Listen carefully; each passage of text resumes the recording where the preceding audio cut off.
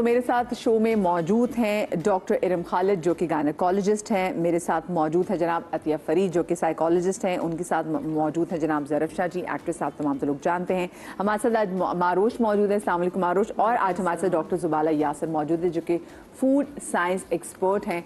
और जिस शो का मैंने जिक्र किया था उस शो में डॉक्टर ज़ुबाला भी हमारे साथ मौजूद थे और उसमें भी हमने बात की थी कि माओं के पास कितनी कम चॉइसेस होती हैं और आगे जो लोग हैं उनकी चॉइसेस को क्वेश्चन करने के लिए मौजूद होते हैं। तो मेरा आप सबसे पहले आप तमाम तर ख़वातीन पहले तो अस्सलाम वालेकुम, वेलकम टू माय शो। और मुझे बताइए ये मॉम शेमिंग जो है ये क्यों इतनी कॉमन है और क्या ये हमेशा से ऐसी चलती आ रही है? आई थिंक मॉम शेमिंग की बातें तो पहले से थी लेकिन इसको एक्सेप्ट नहीं किया गया। हमारे घरों में, आसपास लोगों में, पड़ोस में, रिश्तेदारों में, बहुत सारे फ्रेंड्स में भी ऐसे लोग होते हैं जो एक मदर को कोई भी ऐसी बात या कोई भी ऐसा एक्ट करें जिससे उसको ये एहसास हो कि मैं तो ठीक नहीं कर रही या मुझे तो करना ही नहीं आ रहा या तो मेरी चॉइसेस ही गलत हैं। अगर उसको ऐसा लगता है तो that makes her under confident. फिर उसको अपनी हर चीज़ पे शक होने लगता है। अगर मुझे और आपको भी कोई बार बार कहे ये क्या पहन लिया, ये क्या पहन लिया, तो तीसरी दफ़ा हम भी किसी से पूछेंगे मैं ठीक पहनती हूँ, बिल्कुल, हाँ। है ना। तो उसको अपनी काबिलियत पे ही शक होने लगता है। And no one size fits all, ये बात याद रखनी चाहिए कि एवरीबडी इज़ डिफरेंट। हर एक की अपनी प्रायोरिटीज़ हैं और कोई भी माँ या बाप अपने बच्चे के लिए चाहे जो भी इनके सर्कमस्टेंसेस हो, they always look for the best. वो हमेशा सही फैसला लेकर। अच्छा अभी आप सुबह बता लीजिए, आप सुबह के केस भी ऐसे हैंडल करके आई? बहरहाल तो हर पेरेंट जो है वो अपने कैपेसिटी में बेस्ट के लिए देखते हैं कि जो हम बेस्ट कर सकें। अब वो उनका बेस्ट हो सकता है आपसे मैच करता हो, आपसे मैच ना करता हो।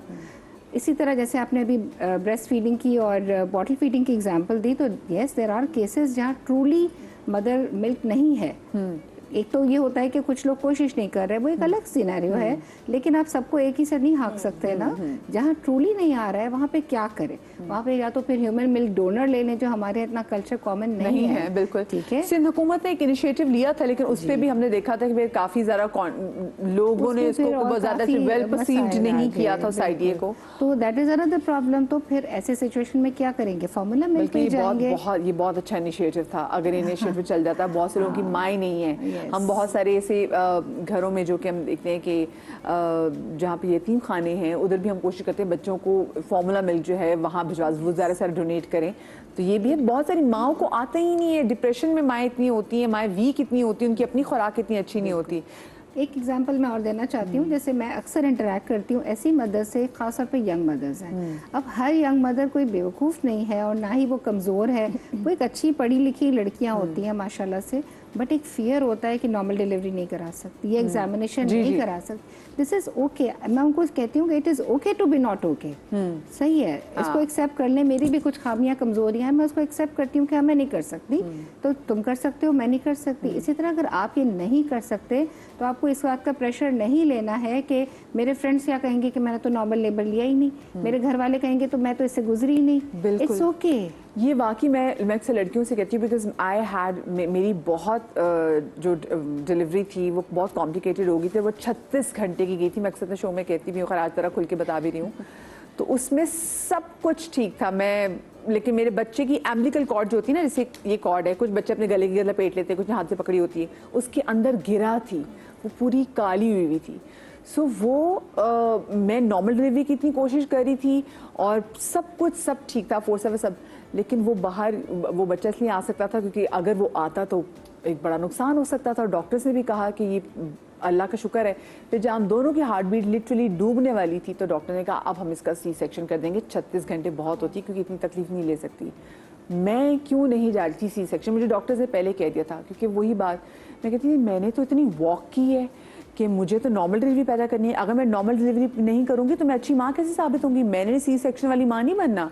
क्योंकि ये बातें मैं सुन रही थी कि जो सी सेक्शन वाली माएँ होती ना वो तो बेड से लगी रह जाती हैं। ये आई एम श्योर कि आपने अपनी प्रेगनेंसी की दफा ऐसी बहुत चीज़ सुनी होंगी। My was minor C section because baby का हेड फंस गया था। और उससे पहले मेरी शायद 1 से 1.5 घंटे की लेबर थी टोटल। बिकॉज वही वाली बात है कि एक्सरसाइजेस कर रहे हैं आपको, जो डॉक्टर कह रही है आप फॉलो कर रहे हैं। एंड एक फोबिया होता है फर्स्ट बेबी का कि आपने सी सेक्शन नहीं कराना। उसके बाद लोग एपिड्यूरल से डरा देते हैं, तो वो भी नहीं लगवाया।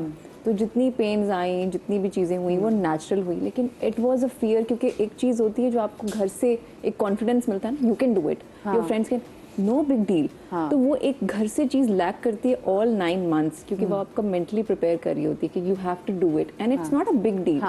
लेकिन it becomes a big deal, why? Because आपके सराउंडिंग में such a negative comments and all fears जो आपको ओवरकम लेकिन करने बिग में डील टाइम तो है, आप एक जान को जो लेकर आ रहे थे, जिस तकलीफ से आप गुजरते हैं। एंड आई फील कि जो आपको एक बिलीव होता है ना कि एवरीथिंग विल बी फाइन, और जो आप पढ़ते हैं और जो आपकी माएँ आप पर दम कर रही होती है, उससे आपको इतना कॉन्फिडेंस मिलता है। और एक डॉक्टर जो आपको कहता है यू विल बी फाइन, तो you absolutely feel relax and normal. Doctor भी अच्छा होना बहुत जरूरी है। इमोशनल जो आपको सपोर्ट चाहिए होती है ना, वो या तो आपको डॉक्टर देती है, या आपके फ्रेंड्स देते हैं, या आपका हस्बैंड देता है, दैट्स मोस्ट इम्पॉर्टेंट, जो हर किसी के पास नहीं है आजकल सपोर्ट। बिल्कुल। और एक आपकी मदर।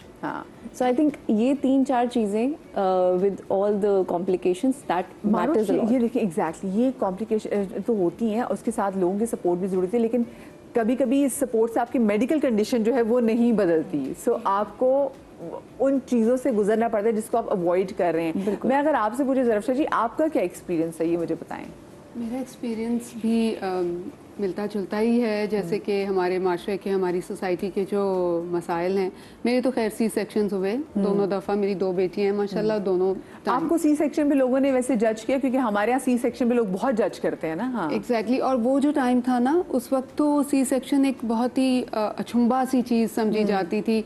मैं बात कर रही हूँ आज से 32 साल पहले की। तो मेरा फर्स्ट बेबी जो मेरी बेटी थी, तो वो ब्रीच थी, तो वो थ्रू आउट डॉक्टर ने कह दिया था कि अगर तो लास्ट मोमेंट पे पोजीशन चेंज हो गई तो ठीक है, अदरवाइज हम इसको सी सेक्शन करेंगे। तो लास्ट मोमेंट तक नहीं पोजीशन चेंज हुई, तो सी सेक्शन हुआ। तो मुझे ऐसा लगता था जैसे कि लोग इसको बड़ा अजीब नज़रों से, स्पेशली आपको पता है हमारे जहाँ जज करने वाले लोग होते हैं, वहाँ वो ये समझते हैं कि अच्छा शायद जान के करा लिया, या फिर हमारे यहाँ तो ऐसा किसी का भी नहीं होता। गुजरना चाहते हैं। एक और चीज़ जो मैंने नोटिस किया है विद टाइम कि नॉर्मल डिलीवरीज की बड़ी वैल्यू है, लेकिन अक्सर ख़वातीन जो पहले ज़माने की बैठी होती हैं, जिनके पास कम नॉलेज होती है, रिस्पेक्टफुली, लेकिन वो कहती हैं अच्छा अब इसने सी सेक्शन करा दी, अब सारी ज़िंदगी इसकी कमर काम नहीं करेगी, या घर के काम नहीं कर सकती है, दूसरा बच्चा कैसे पैदा करेगी, ऑल दीज कमेंट्स। जी नहीं। और दूसरी बात ये कि सी सेक्शन उस वक्त सी सेक्शन क्योंकि लोगों के इतने होते नहीं थे और लोगों एक्सपीरियंस से गुजरे नहीं थे, तो वो सी सेक्शन की मदर को एज अ मदर इतना ज़्यादा, जिसे कहते हैं ना, जो हमारी जिंदगी होती है, जो उसको कंसिडर नहीं करते थे कि इसका तो ऑपरेशन हुआ है, इसने कौन सी तकलीफ उठाई है। जी।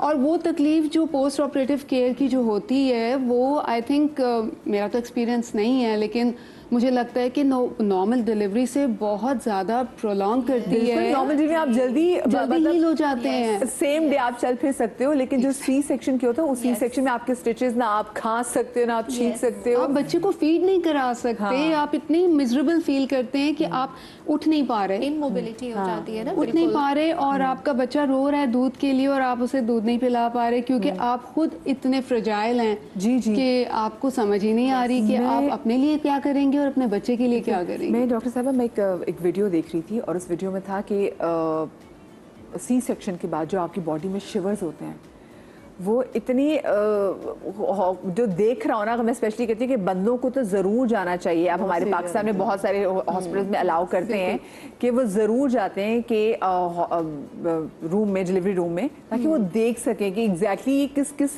The lips are also continuously shivering. जी। मुझे तो ना डॉक्टर साहब, मुझे नजर आना बंद हो गया था, तो मेरे हस्बैंड ने जो मुझे बताया वो मेरे साथ थे थ्रू आउट, बल्कि उनका दिल बहुत छोटा था, चिड़िया का, डॉक्टर ने कहा आप साथ, उन्होंने प्रॉपर मेरा ऑपरेशन देखा, उन्होंने वीडियो बनाई सारी, क्योंकि वो काफ़ी देर से पहले भी ट्रायल्स देख रहे थे। तो वो उसके बाद वो कहते हैं कि मैं तो मान गया हूँ इसको कि ये इसने क्या गुजरा, और मुझे नज़र आना बंद हो गया था, मैं ऑलमोस्ट 2 घंटे तक देख नहीं सकी थी। तो मेरे हस्बैंड ने मुझे कहा कि बहुत मुबारक हो, हमारा बेटा हुआ है। तो मैंने सबसे पहले पूछा, मैंने कहा इसके हाथ पाँव पूरे हैं? Yes. और मैं दूसरा डॉक्टर साहब, मैं एक खुद गिल्ट में चली गई थी कि मैं नहीं पैदा कर सकी, मैंने इतनी एफर्ट की, मैं सीढ़ियाँ चढ़ती उतरती थी, मैं बच्चा नॉर्मल डिलीवरी से मेरा क्यों नहीं पैदा हुआ, वो गिल्ट, क्या ये भी गिल्ट एक पोस्टमार्टम डिप्रेशन के अंदर आ जाता है, फिर ऐड हो जाता है? देखो मदिया, खाली जो है ना, हम यहाँ पे मॉम शेमिंग की बात करें ना, हमारे यहाँ तो शेमिंग उस वक्त से शुरू हो जाती है ना जब से उसकी शादी हुई होती है। The moment a woman enters into the system of getting married, उसका स्पॉटलाइट इफेक्ट आ जाता है। पहले वो होता है कि 2-3 जुमले होते हैं कि तुम खुश हो, नहीं हो, अच्छा बस जब पता चल गया कि खुश हो तो फिर उसको पता ये चलना हो शुरू हो जाता है, या काइंड ऑफ वो उस स्पॉटलाइट इफेक्ट में आ जाती है कि अब उस सिस्टम को आगे जनरेट करना है।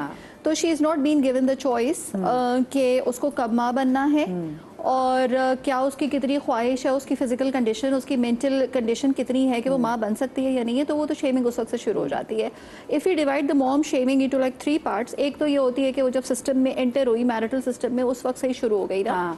दूसरा ये कि वो जो हर महीने जो पूछल से जा रहा होता है, अच्छा नहीं नहीं अभी कोई खुशखबरी नहीं है, और उसको लग रहा होता है कि ये मेरा कसूर है कि खुशखबरी नहीं है। और ये बहुत एप्रीहेंशंस क्रिएट कर रहा होता है क्योंकि एक औरत को अपनी बॉडी के सिस्टम का भी नहीं पता होता और उसके अंदर ये गिल्ट और ये फियर होता है, गिल्ट तो नहीं होता, फियर होता है कि what if I don't not have a child, तो फिर क्या होगा। तो वो भी बेचारी जल्दी जल्दी कर रही होती है, फिर वो एक गिल्ट पीरियड, औरत बनने में शक कर होते हैं कैसी एग्जैक्टली कि वो सिस्टम भी ऑपरेशनल है या नहीं है। जी जी बिल्कुल। और फिर हम जो है वो जो पूरा प्री नेटल फेज की जो शेमिंग हो रही होती है, पड़ी सो रही है, she is not doing anything, सिर्फ खाती रहती है, ऑल दैट। और उसमें फिर ऑब्वियसली बॉडी शेमिंग उस वक्त भी आ रही होती है ना, आफ्टर यू गिव बर्थ, उसके बाद फिर एक अलग पूरा जनरेट हो जाता है। इस पूरे टाइम में ये भी होता है कि आपके उस पर ये भी प्रेशर होता है कि बस बेटा दुआ करो अल्लाह तुम्हें लड़का दे, तुम्हें औलाद नरीना दे। अब वो टेंशन में आ गई, अब वो किसी महफिल में चलेगी, मिलाद में चलेगी, दर्स में चलेगी, वहाँ पे दुआ हो रही है कि अल्लाह हमारी बहू, हमारी बेटी को औलाद नरीना दे। तो वो ये सोच रही होती है कि भाई अगर मेरी बेटी होगी तो व्हाट डज इट मीन।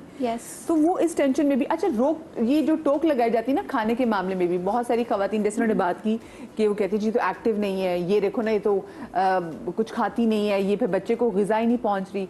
तो कितना वैसे लोगों को खाना चाहिए, और जो स्पेशली खवातीन को खाना चाहिए, क्योंकि वो कह रही नहीं भी मुझे इतनी भूख है कि नहीं बच्चे को कुछ जाए नहीं ना, बच्चा कमज़ोर पैदा होगा, ये तो बच्चे के अभी से दुश्मन है।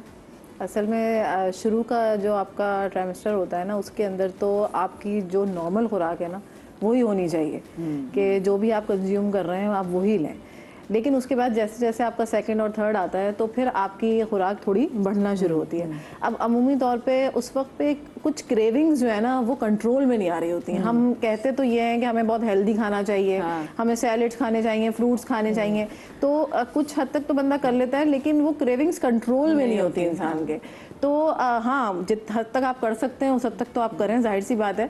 लेकिन ये है कि कोशिश करें कि क्रेविंग जेन्युइन क्रेविंग्स हैं, तो उसमें आप हम भी कंट्रोल नहीं कर पाते ना, तो फिर अगर नहीं कंट्रोल हो रहा तो आप उस चीज़ को कंज्यूम कर लें, ठीक है। लेकिन ये है कि हाँ, कुछ चीज़ें ऐसी कंडीशंस क्रिएट हो जाती हैं ड्यूरिंग प्रेगनेंसी कि आपको ये देखना पड़ता है कि हाँ भाई ये चीज़ मुझे लेनी चाहिए कि नहीं लेनी चाहिए। फॉर एग्जांपल जेस्टेशनल डायबिटीज़ आ जाती है, अब तो इतनी बढ़ गई है, मैडम डॉक्टर साहब बताएंगी। तो अब हर दूसरे बंदे को ये प्रॉब्लम है, खातून को प्रॉब्लम है ये, तो उसमें फिर आप शुगर कंट्रोल की तरफ जाते हैं तो वो क्रेविंग भी हो रही है आपको, और आप को जो है ना वो कंट्रोल भी करनी है, तो इट्स वेरी डिफिकल्ट टाइम। तो उस टाइम पीरियड में ना बड़ी हिम्मत और हौसले की ज़रूरत होती है। सिर्फ ये नहीं कि आप अपने अंदर वो हिम्मत हौसला क्रिएट कर रहे हैं, बल्कि आपको सराउंडिंग से भी उस हिम्मत हौसले की ज़रूरत होती है कि आपको डॉक्टर ने बिल्कुल चावल भी मना कर दिया, रोटी भी मना कर दिया। अच्छा, मुझे थोड़ा सा इख्तिलाफ इस चीज़ पे होता है कि हर चीज़ बंद कर देते हैं डॉक्टर जो है ना, कि चावल भी बंद, ख़ास तौर पे इस केस में ना कि रोटी भी बंद।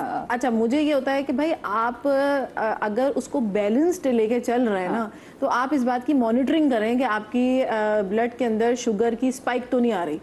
तो अगर आपको वो मॉनिटरिंग आप सीख जाते हैं तो फिर आप हर चीज़ एंजॉय कर सकते हैं। लेकिन अगर आपको मॉनिटरिंग ही नहीं आ रही तो फिर ये तो स्टेपल फूड है हमारे, बिल्कुल ही छोड़ देंगे तो खाएंगे क्या उसके बाद। ये बड़ा प्रॉब्लम आता है। मुझे मेरी गायनेकोलॉजी से डर भी इसलिए लगता था, मैं जब जाती थी कहती थी सैलेड खाओ, उबले वंडे खाओ, और मैंने कहा हाय अल्लाह उबले वंडे से तो वैसे बुरे लग रही होती है। कह रही नहीं उबले वंडे खाओ, मैंने कहा मैं नहीं खाऊंगी, मैं जिम जा रही हूँ। उबले वंडे, हाँ एग्जैक्टली, तो वो वैसे ही नहीं खाने का दिल चाह रहा होता। दूसरी एक बड़ी मजे की चीज़ है जो मैं सब बातें सुन रही थी उसमें, ये चीज़ें आज भी हैं और ये चीज़ें पहले भी थी कि ये कहा जाता था, जज किया जाता था कि भाई इसने जो है वो सीजर करा लिया या इसका नॉर्मल है, और मिसालें दी जाती थी, मासियों के बच्चे नहीं पलते, मासियाँ नहीं करती वो चीजें आज भी है। हाँ। लेकिन मसला क्या है कि स्क्रीनिंग बढ़ गई है अब, और उसकी वजह से हमें अब पता ही चलने लगा कि कितनी माएँ मर जाती हैं, कितने जी। बच्चे मर जाते हैं इन चीजों के जी, जी, दरमियान जी, जी, में। बिल्कुल। पहले ये चीजें पता नहीं लगती। मोर्टेलिटीज का मेरे एग्जैक्टली आइडिया नहीं था। अच्छा मेरी बात को मैं आगे बढ़ाऊंगी, लेकिन अभी छोटी सी मुझे ब्रेक लेनी है। ब्रेक के बाद हाजिर होते हैं, तो मैं इन सब माओं के अपने एक्सपीरियंसेस भी इनसे पूछूंगी, कहीं में जाइएगा।